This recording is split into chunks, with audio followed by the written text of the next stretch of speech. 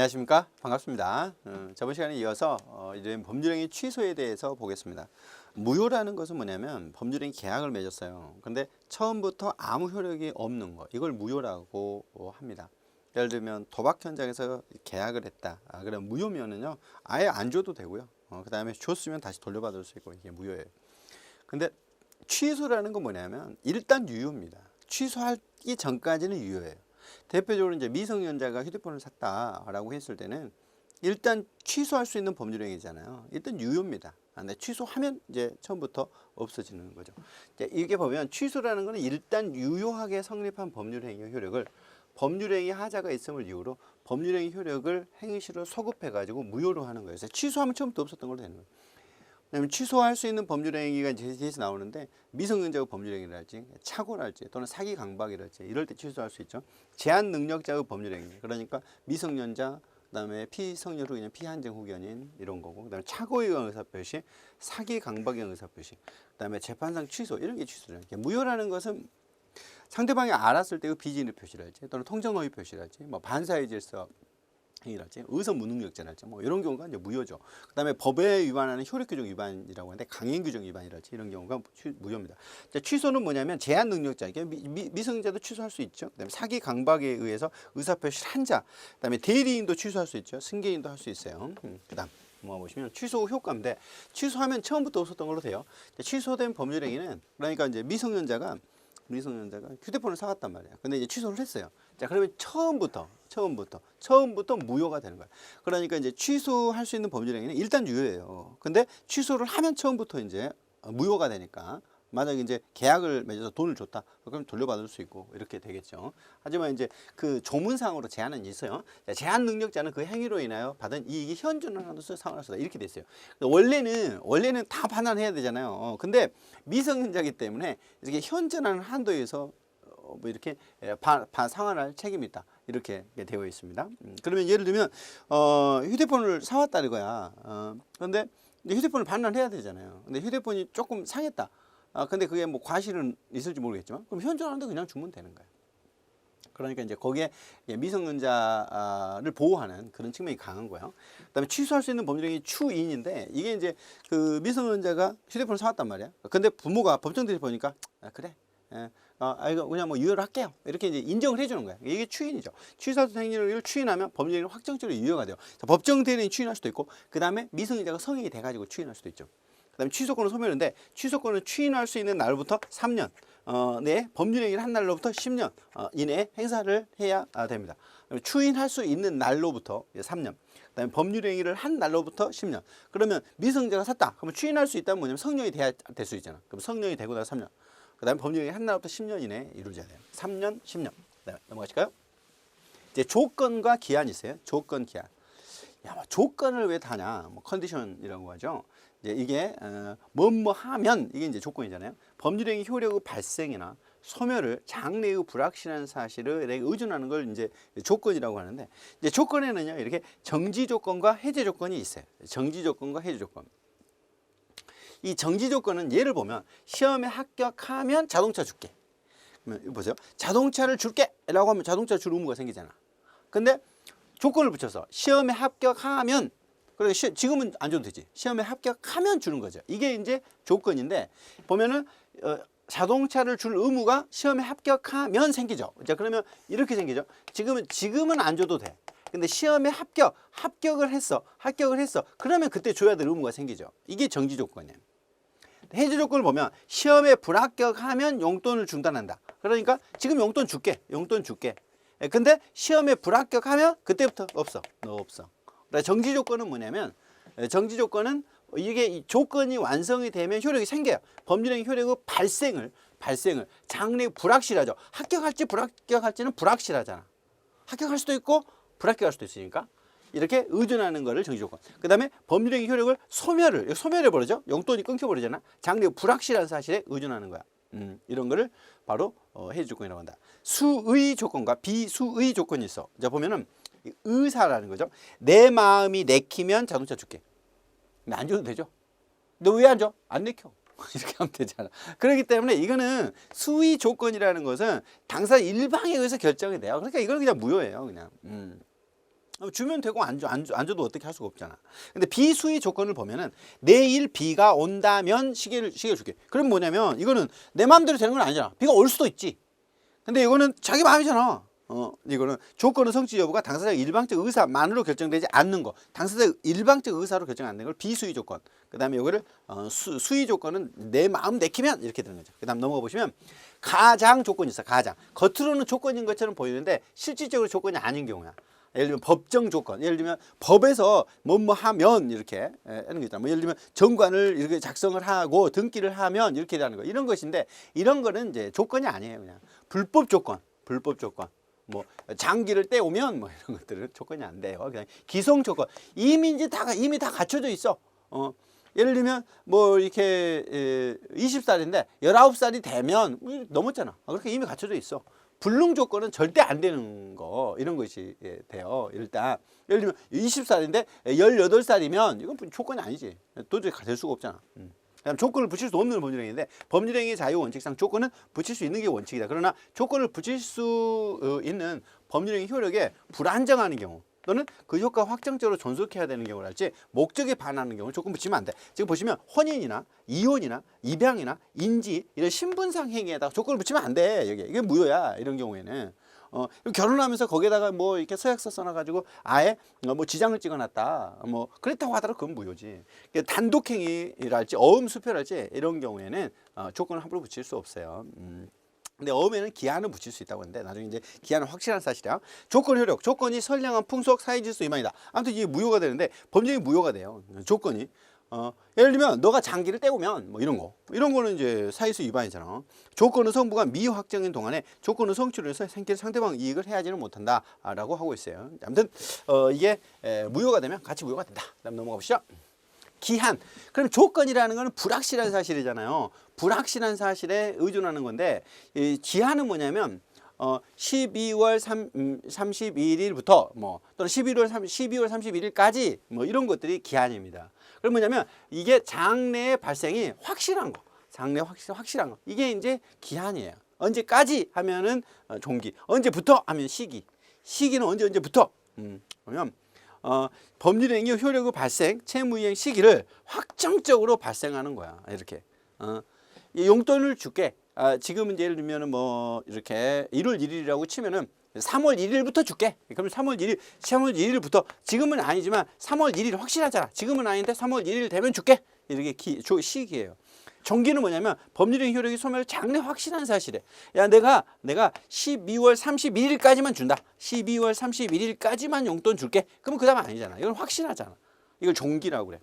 종기. 그 다음 넘어보시면 확정 기한과 불확정 기한. 확정이라는 것은 발생의 시기가 확정이 돼 있어. 이렇게 1월 1일부터 12월 31일까지 확정돼 있잖아. 근데 기한 확실하긴 한데 불확정이야. 예를 들면 여기 보면 내가 죽으면 건물 주겠다. 그럼 보세요. 언젠가는 죽지. 근데 언제 죽을지는 모르잖아. 이게 기한이야. 그래서 기한이야. 만약 이러겠지. 내가 1년 안에 죽으면 이건 조건이에요. 왜 그러냐면 1년 안에 죽을 수도 있고 안 죽을 수도 있잖아.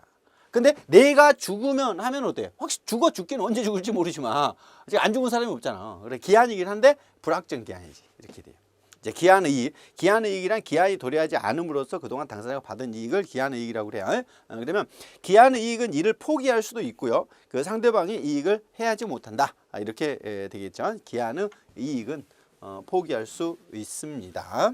기한의 이익 상실, 채무자가 담보 손상이나 감소, 멸실한 때 채무자가 담당 제공자 의무를 이행하지 아니한 때 기한의 이익이 상실하게 되죠. 예를 들면 임대차 계약을 체결했다.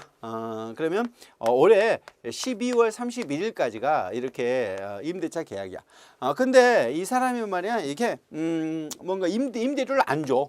그러면 중간에 이제 임대차를 해지할 수 있거든. 그러면 이게 기한 이익이 상실한다 이런 말이야. 원래 임대차를 사용할 수 있는 것은 12월 31일까지인데. 자, 그다음 넘어가실까요?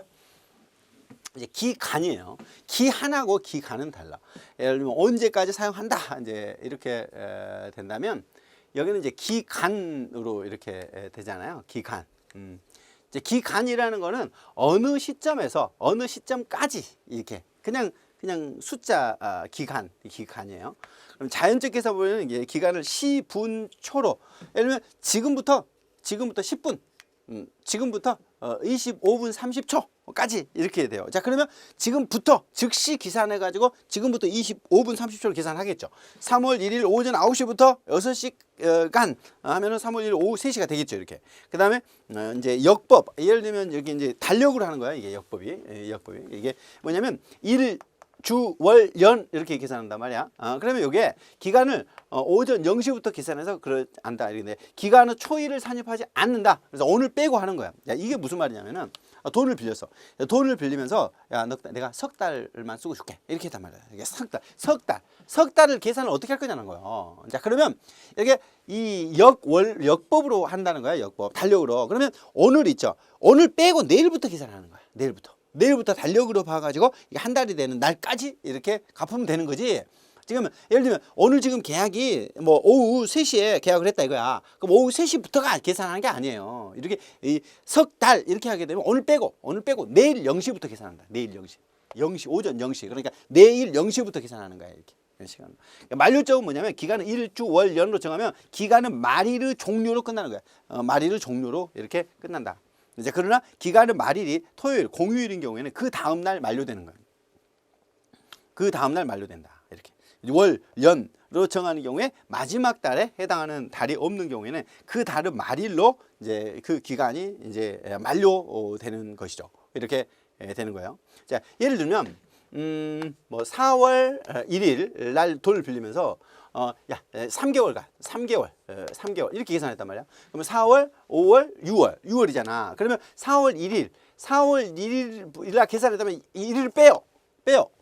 그러면 3개월이니까 4월 달, 5월 달, 그다음에 6월 달. 그러면 이게 1일 빼기 때문에 7월 1일까지겠죠. 7월 1일까지. 왜 그러냐면 4월 1일이 안 들어가니까 7월 1일까지 이렇게 쓸 수 있어요. 자, 그러면 이때까지 갚으면 되는 거예요. 근데 7월 1일이 토요일이나 공휴일이다. 그럼 그 다음 날까지 갚으면 되는 거야. 자, 그다음 넘어가시겠습니다.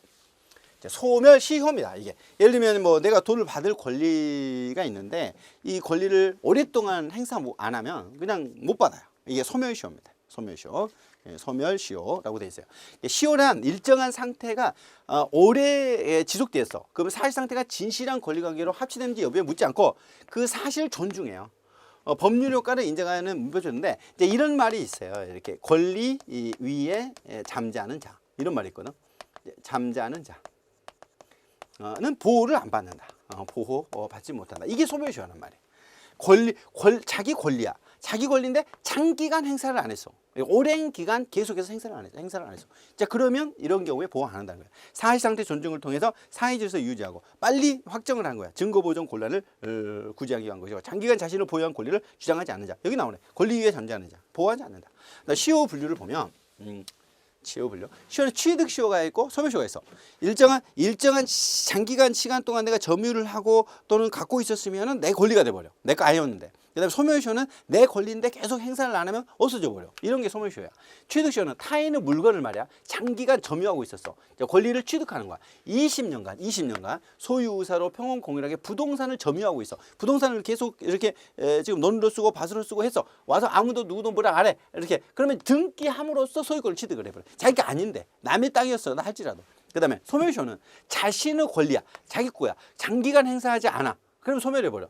채권. 예를 들면 돈을 빌려줬단 말이야. 돈을 빌렸는데 10년간 한 번도 달라고도 하지도 않아. 그러면 소멸해버려. 소멸시효. 그러면 못 받지. 자, 그다음 넘어가실까요? 그럼 소멸시효 요건을 이제 우리가 봤는데 이 소멸시효 목적이 될 수 있는 권리를 소멸시효 기간 동안 권리 행사함으로써 불구하고 행사하지 않아야 되는 거야. 그럼 소멸시효 기간을 좀 유의해야 되거든요. 소멸시효 기간은 보면 이게 채권이나 소유권 외의 재산권이 있어요.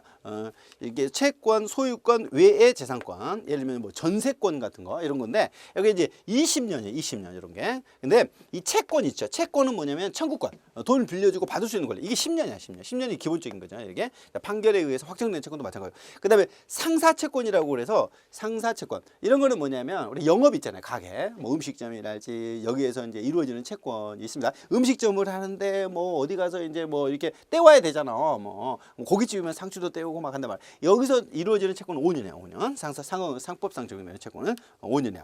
자, 그런데 여기에 이제 20년은 이제 있고요. 그 다음에 5년, 10년, 5년을 받죠. 그 다음에 3년짜리가 있고 1년짜리가 있어요. 3년짜리, 1년짜리. 3년짜리, 1년짜리. 이렇게 있거든요. 보면 요게 3년짜리는 우리가 자주 하는 거야. 이자. 그 다음에 월급 있죠. 월급. 그러니까 월급을 3년간 행사 안 하면 못 받아. 내가 1년 이내의 기간을 정하여 금전 물건을 지급하는 거. 그래서 1년 이내 기간. 예를 들면 월급이니까 한 달에 한 번씩 주잖아. 그 다음에 연봉이라면 1년에 한 번씩 주잖아. 그러니까 월급은 이게 3년간 행사 안 하면 못 받아. 이렇게. 그 다음에 의사, 주산사, 간호사, 어떤 근로 조제에 관한 채권. 이렇게. 그 다음에 도급이라고 그래서 하는 거. 공사 있죠. 공사장. 이것도 마찬가지야. 공사와 관련된 거. 그 다음에 변호사, 변리사, 여기에 공인, 회계사, 법무사, 직무상보인데 서류를 반환하는 거, 이런 거. 그다음에 변호사, 변리사, 공증인, 회계사무사의 직무에 관한 채권. 그다음에 생산자, 상인이 판매하는 생산물, 상품, 아무튼 상품 대가, 이것도 3년. 그다음에 수공업자에 의한 업무의 채권, 아무튼 제조자의 채권. 그다음에 생산물의 채권. 근데 제일 중요한 게 이자 금융과 관련된 거야. 아무튼 3년짜리 잘 보시고, 그다음에 오히려 1년짜리를 이제 외워두는 게 좋아. 이렇게 1년짜리를, 1년짜리. 3년짜리가 제일 많잖아. 자, 그러면 여기에 이렇게 이제 1학년. 여인후 1학년. 뭐냐면 여관 같은 데 있죠. 여관 가서 이제 하루 숙박 같은 거 있잖아.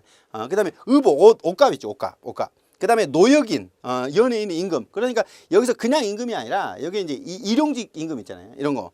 그 다음에 학생 수업을 하는데 뭐 교사 채권 있잖아요. 여기 수업료 같은 거. 그러면 1년짜리야. 이건 좀 짧지. 여인후 1학년. 여관, 그 다음에 의복, 노역인, 그 다음에 학생은 1학년. 아마 1년짜리다. 그리고 나머지 3년짜리. 이렇게 되니까 아무튼 1년짜리를 외워두면 나머지 3년짜리가 되잖아요. 그리고 이제 5년, 10년, 20년 이렇게 외워두면 될 것 같아요. 다음 넘어가시겠습니다. 자, 소멸시효 중단. 자, 그러면 이게 내가 받을 게 있는데 이렇게 10년이 지나버리면 못 받잖아요. 그런데 이 중간에 청구를 했어. 그러면 중단되고 다시 시작이 되는데 소멸시효가 진행하는 도중에 소멸시효가 기초가 된 사실관계의 권리를 불행사 상태가 해소됐어. 행사를 했어. 그러면 이제 이미 진행한 소멸시효 기간을 상실해 버려. 그러면 예를 들어 3년이 지났는데 중단되다. 그럼 없어져. 그럼 다시 처음부터 다시 10년간 지나가야 되거든. 그러면 이 중단 사유는 뭐냐? 청구를 냈다. 권리 행사했잖아. 압류를 들어갔다. 가압류 시켰다. 가처분했다. 승인했다. 내가 갚을게. 내가 줄 거 있는 거 맞아. 이거는 뭐야? 권리를 행사했기 때문에 소멸시효 중단돼 버려. 그럼 중단돼 뭐되냐? 중단된 때에는 중단된까지의 경과한 시효 기간은 이미 산입되지 않고 끝나 이제. 종료한 때로부터 새로 진행해. 새로. 예를 들면 10년짜리면 이제 그때부터 다시 10년을 계산하겠지. 시효 중단은 당사자, 승계인 간에만 효력이 생기는 겁니다. 이제 아무튼 소멸시효가 이제 중단 사유가 되고 그다음에 중단 효과가 되죠. 다음 넘어가시겠습니다. 이제 소멸시효 중단이라는 것은 이제 지금까지 진행하는 거 없어져 버려. 근데 소멸시효 정지는 없어지는 게 아니라 일단 그 기간 동안 있다가 계속 진행하는 거야. 이게 정지예요. 권리자가 시효 중단을 하는 것이 불가능하거나 또는 현재의 권한을 사유가 있을 때 시효 완성을 일정간 유예시키는 거야. 자, 시효 진행은 이렇게 돼. 예를 들면 2년간 지났단 말이야. 2년간. 그러면 여기서 이것만 빼고 여기에 이어가는 거. 이어가는 거. 이게 정지야. 이게 정지.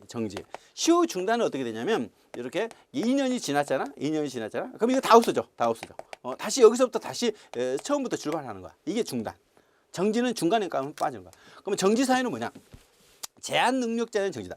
소멸시효 기간 만료 전 6개월 내에 제한 능력자에게 법정 대리인이 없는 경우에는 그 능력자가 되거나 그러니까 이제 미성년자 성년자가 되겠지. 법정 대리인을 취임한 때부터 6개월 내에 시효가 완성되지 않는다. 그래서 6개월 정도는 정지가 되는 거야. 6개월이 지나야 이렇게 완성이 되는 거고. 그다음에 혼인 관계에 의한 종료에 의한 정지가 있어요. 혼인 관계. 부부 중에 한쪽이 다른 쪽에 대해서 가지는 권리가 있어요. 부부 사이에 계약을 맺을 수도 있으니까 혼인관계가 종료된 때부터 6개월 내에 소멸시효가 완성되지 않는다. 아무튼 혼인관계가 종료되면 6개월이 지난다. 그러니까 성년이 됐을 때 6개월 이내는 종료하지 않아.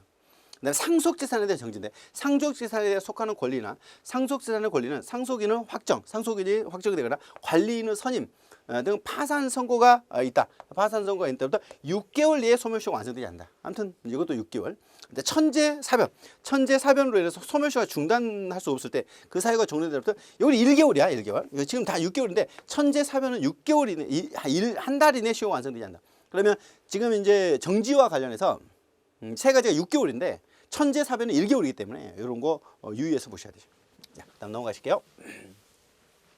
소멸시효 완성 의혹가. 자, 그러면 예를 들면 이제 내가 이제 받을 권리가 있어. 근데 10년이 지나버렸어. 그럼 완성도 못해. 못 받지. 청구 못 하지. 소멸시효 소급표가 있는데 소멸시효는 그 기산일이 소급해서 그러니까 처음부터 효력이 생기는 거야. 그러니까 소멸시효 채무를 면하게 된 자는 기산일 이후 이자를 지급할 필요가 없죠. 이게 소멸시효가 있어. 그럼 채무가 면해서 그럼 이자 안 줘도 되지. 이제 다 없어지니까 소멸시효 이익 포기다. 그러면 이제 소멸시효가 완성이 됐으니까 안 줘도 되지. 내가 줄 게 있어. 근데 10년이 지나가지고 소멸돼 버린 거야. 근데 내가 양심이 있지. 이렇게 그래. 그래도 내가 줄게. 할 수 있느냐? 할 수 있다는 거예요. 소멸시효 완성이 되기 전에는 미리 포기하지는 못하고 시효 완성하고 나서 그래 내가 줄게. 다시 이렇게 할 수 있지. 그리고 소멸시효는 법률에 의해서 이를 배제, 연장, 가중할 수는 없으나 이를 단축 경감할 수는 있어요. 그러니까 소멸시효는 이게 소멸시효를 더 가중할 수는 없지만 단축 경감할 수 있다. 더 빨리 이렇게 소멸시효가 중단할 수 있도록 이렇게 할 수 있다. 자, 넘어가실까요? 자, 지금까지 이제 이게 이제 이렇게 앞에 나와 있는 이제 부분을 봤어요. 이제 물권법으로 들어가게 됩니다. 이제 앞부분에서는 이제 법률 행위와 관련된 내용을 먼저 우리가 이제 봤고요. 서론적인 부분이죠. 이제 물권법, 채권법, 친족상속법 이렇게 이제 구성이 되어 있어요. 이제 이게 바로 민법입니다. 자, 물권법입니다. 물권법. 물권이라고 하죠. 물권이 있고 채권이 있거든요. 물권은 배타적 지배권이 있고, 채권이라는 것은 뭔가를 청구할 수 있는 권리. 이게 채권인데, 특정한 독립된 물건을 예를 들면 부동산 또는 동산 이런 걸 직접적으로 지배하여 이익을 낼 수 있는 배타적 권리. 대표적인 물건이 소유권이에요. 소유권, 뭐 점유권, 전세권 이런 것들이 물건이건데 대표적인 소유권은 뭐 돼요? 배타적으로 내가 사용, 수입, 처분할 수 있죠. 그죠? 물건은 일물일권주의예요. 예를 들면 이건데 소유권자가 이렇게 나 혼자 소유해야 되는 거지. 니도 소유다, 나도 소유다. 공유하고는 달라요. 공동 소유는 하나의 소유권이기 때문에 하나의 물건이 아니라 동일한 내용은 물건이 한 개밖에 성립할 수 없다는 원칙. 이걸 일물일권주의라고 하는 겁니다. 자, 물권 법정주의. 물권은 법률과 관습법 이게 대등하죠. 이렇게 의하지 외에는 임으로 창설하지 못한다. 이렇게 됩니다. 자, 그러면 물권의 종류를 볼까요? 자, 법률에 의한 법률이 없으면 물건이 만들어지지 않으니까 점유권이 있어요. 점유권. 그다음에 소유권, 그다음에 지상권, 지역권, 전세권, 유치권, 질권, 저당권 이게 있습니다. 그러면 여기에 이제 물건이 아닌 것은 뭐예요? 임차권. 이거는 채권입니다. 물건이 아니에요. 임차권 이런 거. 예, 여기에 보면은 이제 전세권은 물건이지만 임차권은 물건이 아니라는 거 잘 알아두셔야 됩니다. 이제 이게 점유권은 아실 거고 이게 소유권도 알 거고 지상권이라는 것은 이렇게 그 건물을 갖고 있는 토지를 사용할 수 있는 권리라고 그랬잖아요. 지역권은 뭐냐면 지역권은 이렇게 땅이 있는데 이 옆에 이렇게 땅이 이렇게 옆에 같이 있어. 그러면 이 땅을 위해서 이걸 사용할 수 있는 권리야. 이렇게 예를 들면 내가 집에서 이렇게 가는데 여기에 여기를 거쳐서 가야 돼. 그러면 여기를 저기 사용할 수 있잖아. 이걸 지역권이라고 그래. 또는 이럴 수 있지. 이렇게 그 우리가 전선이나 이런 것들을 이제 묻어서 이렇게 공동구를 파잖아. 이런 걸 사용할 수 있는 권리. 이런 걸 지역권이라고 그래. 자, 그 다음에 이제 물권 효력 볼까요? 물권 효력을 보면 우선적 효력이 있습니다. 물권 상호간의 우선적인데 시간적으로 먼저 성립한 물건을 뒤에 성립한 물건에 우선하는 효력이 있어요. 예를 들면 전세권이 있다. 자, 그리고 저당권을 설정했다. 그럼 전세권이 우선하는 거야. 물건에서. 일단 원칙이 그래. 그 다음에 채권에 우선을 해. 그러니까 여기에 물건이 있고 채권이 있으면 물건이 우선이야. 물건이 우선이야. 이렇게. 예를 들면 돈을 빌려준 사람이 있어. 그 후에 저당권을 설정했단 말이야. 근데 저당권이 나중에 설정됐다더라도 저당권이 우선이에요. 어느 물건을 목적으로 채권과 물건이 성립하면 성립 시기 불문하고 원칙적으로 물건이 우선한다. 물건. 다만 근로기준법상 임금 우선 채권이 있습니다. 3개월 동안의 임금은 최우선 변제예요. 주택임대차 보호법상 소액보증금이랄지 상법상 우선특권이랄지 이런 건 예외가 있어요. 그러니까 채권이 우선하는 경우가 있는데 원칙은 어떠냐? 물건이 우선이다. 다음 넘어가시죠. 자, 물권적 청구권이 있습니다. 물권적 청구권. 그러면 물권의 내용의 실현을 방해를 받는다지 받을 염려가 있는 경우에 물권자가 방해자에 대해서 방해를 제거해달라, 예방해달라, 이런 걸 청구할 수 있는데, 물권 청구에는 물건을 반환 청구가 있습니다. 야, 내 걸 네가 왜 갖고 있어? 내놔! 이렇게 할 수 있고요. 물권적 방해 제거 청구권이 있습니다. 방해 제거 청구권. 그러면 내 물건을 이게 네가 방해를 하고 있단 말이야. 너 비켜, 저리 치워, 이렇게 할 수가 있는 거죠. 방해 제거 청구가 있어요. 예를 들면 내 땅인데 이거 농기구를 갖다 놨네, 이거 가져가. 이게 방해 제거 청구권, 이게 가능한 거죠. 그다음에 물권적 방해 예방 청구권이 있습니다. 이제 앞으로 우려가 있기 때문에 예방 차원에서 이제 하는 것들이 방해 예방 청구권 이렇게 들어가죠. 물권 청구이고요. 그러면 물권의 변동이 나오는데, 그러면 물건의 변동, 이제 물건 소유권이 이제 이전된다 할지 이런 거죠. 자, 동사는 물권 변동, 법률행위에 의한 물권 변동, 법률행위. 동산에 관한 물건의 양도, 예를 들면 계약이죠. 계약. 이런 걸 동산이라고 그래. 이걸 이동할 수 있는 거. 분필을 팔았다 이거야. 그러면 넘겼어. 그럼 소유권 이동되잖아. 인도. 그러니까 이게 동사는 이게 소유권을 넘겨 이렇게 갖다 줬어. 이걸 인도라고 그래. 인도하면 넘어가는 거야. 근데 부동산은 등기를 해야 넘어오는 겁니다. 이제 선의 취득입니다. 선의 취득. 선의 취득이란 동산을, 이 부동산은 안 돼요. 선의 취득이. 동산을 점유하고 있는 자를 권리자로 믿고, 권리자가 아닌데 권리자로 믿었어. 그다음 평원, 공연, 선의, 무과실로 거래를 한 거야. 얘가 권리자가 아니야. 주인이 아닌데 얘가 홍길동한테 샀어. 이렇게 내가 거래를 했거든요. 근데 이게 길종이가 아니야, 이게. 근데 길종인 건지 알았어. 이렇게 믿은 거야. 근데 양도인이 정당한 권리자가 아니라 하더라도 양도인에게 동산에 관한 권리를 유효하게 취득하는 거, 이렇게 되는 거야. 그러니까 이게 이제 A하고 이거 B가 있어. 여기 물건이 있는데, 물건 동산이에요. 동산이 있다. 이걸 팔았어. 예를 들어 가방이나 뭐 분필이나 이거를 계약을 매매를 한 거야. 매매. 근데 이 사람 선이야. 근데 얘는 지가 아니야. 무권리자. 지 것도 아닌데 판 거야. 그래도 이거는 이 사람 취득한다. 선이 취득한다. 물론 주인한테는 얘가 책임을 져야 되겠죠. 이렇게 되겠죠. 이런 걸 뭐라고 한다? 선의 취득이라고 한다. 자, 그러면 성립 요건을 보시면, 이제 선의 취득의 성립 요건 보시면 목적물이 동산이어야 돼. 왜냐면 부동산은 선의 취득을 할 수가 없어요.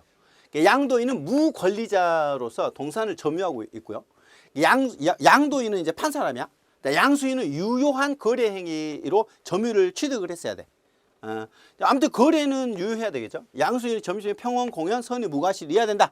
근데 원래 그러니까 자기가 권리자가 아닌데도 불구하고 이제 취득을 하는 거죠. 그러니까 현의 취득 요건을 갖추면 양수인은 한 사람은 즉시 동산의 소유권을 취득을 해. 원래 무권리자한테 취득하면 무효가 돼야 되거든. 무효가 돼야 되는데 이렇게 선의 취득이라는 것에 의해서 취득한다. 원시 취득이죠. 정전 소유권을 갖던 권리는 원칙적으로 소멸하게 돼요. 다만 이제 원래 소유자의 입장에서는 거기에 대해서 이렇게 이제 이제 청구를 할 수 있겠죠. 이제 그렇게 됩니다. 잘못한 사람한테 주라라고 이렇게 할 수 있게 됩니다. 그런 부분 정도 알아야 됩니다. 자, 다음 넘어가실까요? 자, 부동산 물권 변동이 있어요. 부동산 물권 변동. 자, 동산 물권 변동이 받고 법률 행위에서 부동산 물권 변동. 토지나 건물이죠. 부동산의 법률 행위로 인해서 득실변경 등기를 해야 돼. 아까 동산은 인도잖아. 이걸 넘겨주는 건데 등기를 해야 돼. 등기를 유효하지 물권 변동이 있는데 이게는 상속, 공용징수. 공용징수라는 게 이제 국가에서 가져가는 거야. 판결, 그다음에 경매, 이제 이 상공판경. 이거 꼭 알아야 돼. 이거는 등기 안 하고 이 소유권을 취득할 수 있는 거야. 부동산 땅에서. 그래서 부동산에 관한 물건을 취득은 등기를 유효하지 않는다. 근데 팔려면 등기를 해야 돼. 등기를 하지 않으면 처분은 못 해. 그럼 부동산 등기를 보면 이게 뭐 등기법이 있고 그러겠죠. 등기 유형이 있는데 등기 이제 효력이야말로 본등기가 예비등기가 있어. 예비등기, 본등기는 뭐냐? 물권 변동 효력이 생기는 거야. 소유권 이전 등기 막 이런 거죠. 대항력을 발생하기 위한 등기로 보통 등기는 모두 본등기에 해당해요. 그다음 예비 등기를 보면 장차 행해질 등기에 대비해서 그 권리를 보존하기 위해서 미리 해놓는 등기로서 가등기가 여기 해당해요. 가등기 뭐 이런 말 쓰죠. 가등기는 예비 등기 이렇게 됩니다. 자, 등기 효력을 보면 권리 변동적 효력이 있어요. 예를 들면 이거 이제 부동산이 있다, 내 땅이 있다. 자, 근데 등기를 다른 사람한테 해줬어. 자, 그러면 권리가 넘어가잖아, 그지? 그다음에 이 가등 순위 확정적 등기에서 예를 들면 저당권을 했다. 내가 먼저 저당권을 했는데 다른 어떤 이제 은행에서 그다음 등기를 했다. 그럼 내가 먼저 했잖아요. 그렇기 때문에 순위가 내가 1순위가 되겠지. 대항적 효력. 등기를 하면 다른 사람한테 주장할 수 있어요. 대항할 수 있죠. 추정적 효력. 등기를 하면 내 것이다라고 하는 추정적 효력까지 인정이 될 수 있죠. 자, 이 시간 여기까지 하고요. 다음 시간에 뵙겠습니다. 수고하셨습니다.